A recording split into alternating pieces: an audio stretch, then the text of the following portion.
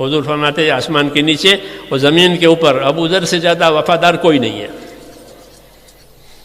جی ہاں، حالانکہ ابو ذر غفاری کا جو قبیلہ تھا وہ لوٹیرا قبیلہ تھا، لوگوں کو لوٹتا تھا، ان کا کام یہی تھا. آنے جانے والے قافلے، تجارتی قافلے وہاں سے گزرتے تھے، ان کو لوٹ لیتے تھے. تو لوٹیروں کا ماحول وہاں پیدا ہوئے ہیں، اور وہاں پیدا ہوئے، اور جب اللہ کی دعوت ان کو پہنچی تو اتنی ترقی ہوئی ان کی کہ رسول صلی اللہ علیہ وسلم نے فرمایا کہ آسمان کے نیچے اور زمین کے اوپر ابو ذر سے زیادہ وفادار کوئی نہیں ہے. تو یہ دعوت کا اثر ہوتا ہے کہ لوگوں کی صلاحیتیں حق پر آتی ہے، اور خیر کا اور دعوت دینے والے خیر کا ذریعہ بنتے ہیں. دونوں باتیں ہیں، دعوت بھی دیں اور دعا بھی مانگے. ان کے لیے حضرت عمر کے لیے حضور نے دعا مانگی ہے، حالانکہ وہ قتل کرنے کے لیے جا رہے تھے. حضرت عمر تو قتل کرنے کے لیے گئے، حضور کہ قتل کرو، تو اپنے قتل کرنے والے کے لیے ہدایت کی دعا مانگی ہے. یہ نبی کا ظرف ہے، نبی کا دل ہے. معلوم ہے کہ یہ قتل کرنے والا ہے، اور تو دعا مانگی کہ اللہ ابو ذر کے ذریعے، ابو عمر یا ابو جہل، ان دونوں میں سے ایک ذریعے سے اسلام کو قوت پہنچا. تو وہ دعا حضرت عمر کو لگ گئی. ابو جہل اپنی ضد میں برباد ہوا. ضدی برباد ہوتے ہیں. ہاں، یہ فیصلہ ہے اللہ کا کہ جو ضد کرے گا وہ برباد ہوگا. وخاب کل جبار عنید، کہ جتنے زبردستی کرنے والے، ضد کرنے والے ہیں، یہ نامراد ہونے والے. تو ابو ذر ہوا، ابو جہل ہوا، ابو لہب ہوا، فرعون ہوئے، قارون ہوئے، یہ سب نبیوں کے پاس ہیں، نبیوں کی صحبت میں، لیکن اپنی ضد کی وجہ سے محروم ہو گئے. اس لیے ضد تو کرنی نہیں ہے، جو حق ہے اسے قبول کرنا ہے. اس میں صبر کرنے کا نمبر آوے تو صبر کریں، کیونکہ حق تو صبر کے ساتھ ہی ترقی کرتا ہے. اور حق دیر سے پھیلتا ہے، باطل جلدی پھیل جاتا ہے، جلدی اجڑ بھی جاتا ہے، جیسے دھواں نکل کے اوپر جاتا ہے پھر ختم ہو جاتا ہے. حق ایسا نہیں ہوتا، حق کی اسپیڈ تو دھیمی ہوتی ہے. جیسے درخت اگتا ہے تو دھیمے دھیمے اگتا ہے، ایک دم اٹھ کے کھڑا نہیں ہو جاتا، وہ پھل دیتا، دیر لگتی ہے. ایسا حق دلوں میں اترتا ہے، وہ دھیرے دھیرے وہ اپنی جڑ پکڑتا ہے، پھر وہ اندر سے نہیں نکلتا، چاہے کتنی تکلیف آئے. جیسے بلال کو کتنی تکلیف پہنچائی، وہ کہتے تھے کہ اللہ تو ایک ہی ہے. کیوں؟ کہ وہ اندر اتر گئی، جڑ پکڑ لی اس نے. تو حق جو ہے دلوں میں جڑ پکڑتا ہے، جب محنت ہوتی ہے، دعوت ہوتی ہے، اخلاص والے، تو اندر دلوں میں اترتا ہے، پھر آدمی نہیں چھوڑتا اس کو، اندر اتر گئی، لیکن دیر لگتی ہے. تو اس لیے اللہ تعالیٰ نبیوں سے فرماتے ہیں جلدی نہ کرو، کام بننے والا ہے، جلدی نہ کرو، کام بنے گا. حضور بھی صحابہ سے فرماتے تھے کہ کام بننے والے ہیں، حالات بدلنے والے ہیں، تم تو جلدی کر رہے ہو، جلدی نہ کرو، کام بننے والے ہیں، فیصلے ہونے والے ہیں اللہ کی طرف سے، حالات پلٹنے والے ہیں، تمہاری بھوک دور ہو جائے گی، تمہارا خوف دور ہو جائے گا، تمہاری ذلت دور ہو جائے گی، حالات بدلنے والے ہیں. اللہ کی عادت ہے، حالات بدلتے ہیں. یقلب اللہ اللیل والنہار، کہ اللہ تو رات کو دن سے اور دن کو رات سے بدلتا ہی ہوں.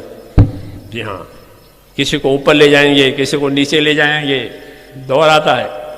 جی ہاں، صحابہ کو ذلیل کیا، پھر صحابہ کو اللہ نے عزت دی تو ان کو اوپر لائے. بلال کو ذلیل کیا مار مار کے، پھر اللہ نے بلال کو عزت دی.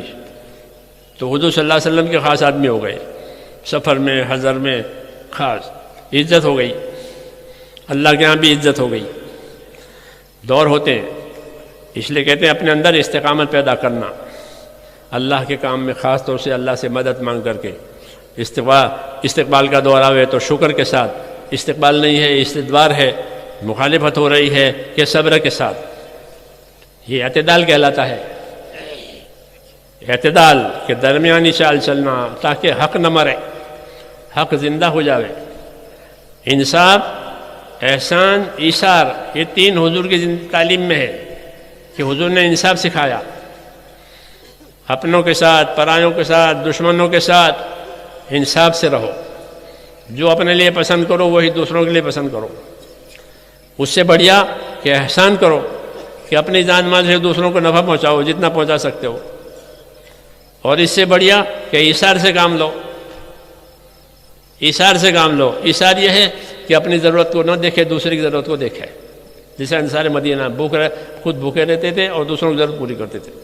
انصار اپنی دین کی نصرت میں ایثار سے کام لیا. بہت اعلیٰ درجے کی نصرت ہے یہ، کہ ایثار کے ساتھ نصرت کی ہے، اس لیے اللہ ان سے راضی ہو گیا. تو یہ سکھایا تھا حضور صلی اللہ علیہ وسلم نے، بندوں کے ساتھ انصاف، احسان، ایثار، بندوں کے ساتھ، اور اللہ کے لیے کہ اللہ کے لیے اخلاص اور استقامت، کہ اللہ کا کام کرے، اللہ کے لیے کرے اور پابند ہو کر کرے، کوئی امید کسی سے نہ رکھے سوائے آخرت کے، بس کہ آخرت کی امید رکھو اللہ سے، اور آخرت کہ وہ تو تیار ہے متقیوں کے لیے، ہاں آخرت متقیوں کے لیے تیار ہے، پرہیزگاروں کے لیے، پابند لوگوں کے لیے اللہ نے آخرت تیار کر لی۔ تلک الدار الآخرۃ نجعلها للذین لا یریدون علوا فی الارض ولا فسادا والعاقبۃ للمتقین، کہ وہ آخرت کا گھر ہے وہ کس کو دیں گے؟ کہ جو دنیا میں اپنی بڑائی نہ چاہے، ہاں بڑائی صرف اللہ کے لیے ہے اور کسی کے لیے نہیں ہے، اپنی بڑائی نہ چاہے، چاہے اللہ کتنی ترقی دے، مال کی، جان کی، دین کی، اپنی بڑائی نہ چاہے، اپنے آپ کو اللہ کا بندہ بتاوے، میں کہ اللہ بندہ ہوں، جیسے حضور صلی اللہ علیہ وسلم، آپ سے کوئی بڑا انسان نہیں ہے، آپ سے بڑا کوئی انسان نہیں ہے، کوئی فرشتہ نہیں ہے، لیکن آپ نے اپنے اندر بندگی پیدا کی، میں اللہ کا ایک بندہ ہوں،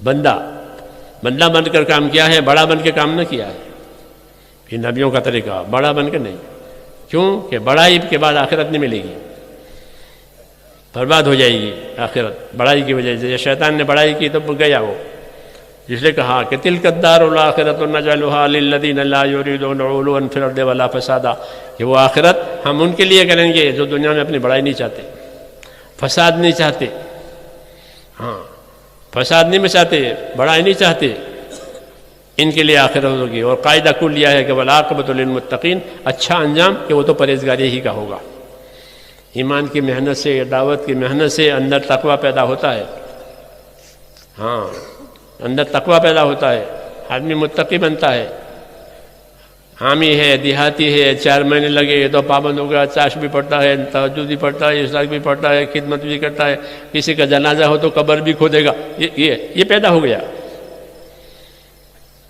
ہاں یہ پیدا ہو گیا، کیوں کہ اندر کوئی چیز پیدا ہو گئی ہے، تقویٰ پیدا ہو گیا اندر، ہاں اس لیے یہ ساری خیر آسان ہو گئی۔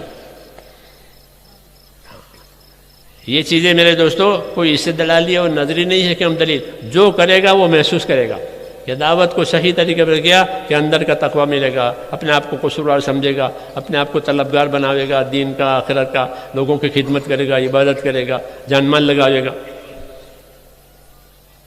ایسا نسخہ ملا ہے۔ اس لیے اس عمل کی قدر کرنی ہے، اس عمل کے راستے میں کوئی ناگواری آوے تو وہ ناگواری بھی انشاءاللہ انعام بنے گی، بیماری میں انعام بنے گی، جان مال کا نقصان ہوا وہ انعام بنے گی، ایذا آیا وہ انعام بنے گی، اللہ اس کو انعام سے پلٹیں گے، تاکہ کوئی نا امید نہ بنے، بیزار نہ بنے، بلکہ اللہ سے امیدوار رہے کہ آسانی آئے گی، دشواری ہے کہ آسانی آنے والی ہے، دشواری کے پیچھے آسانی آتی ہے کہ آسانی آنے والی ہے، کوئی بیزار نہ بنے، ہاں بلکہ اپنی جگہ پر اپنی طاقت کے مطابق کام کرے۔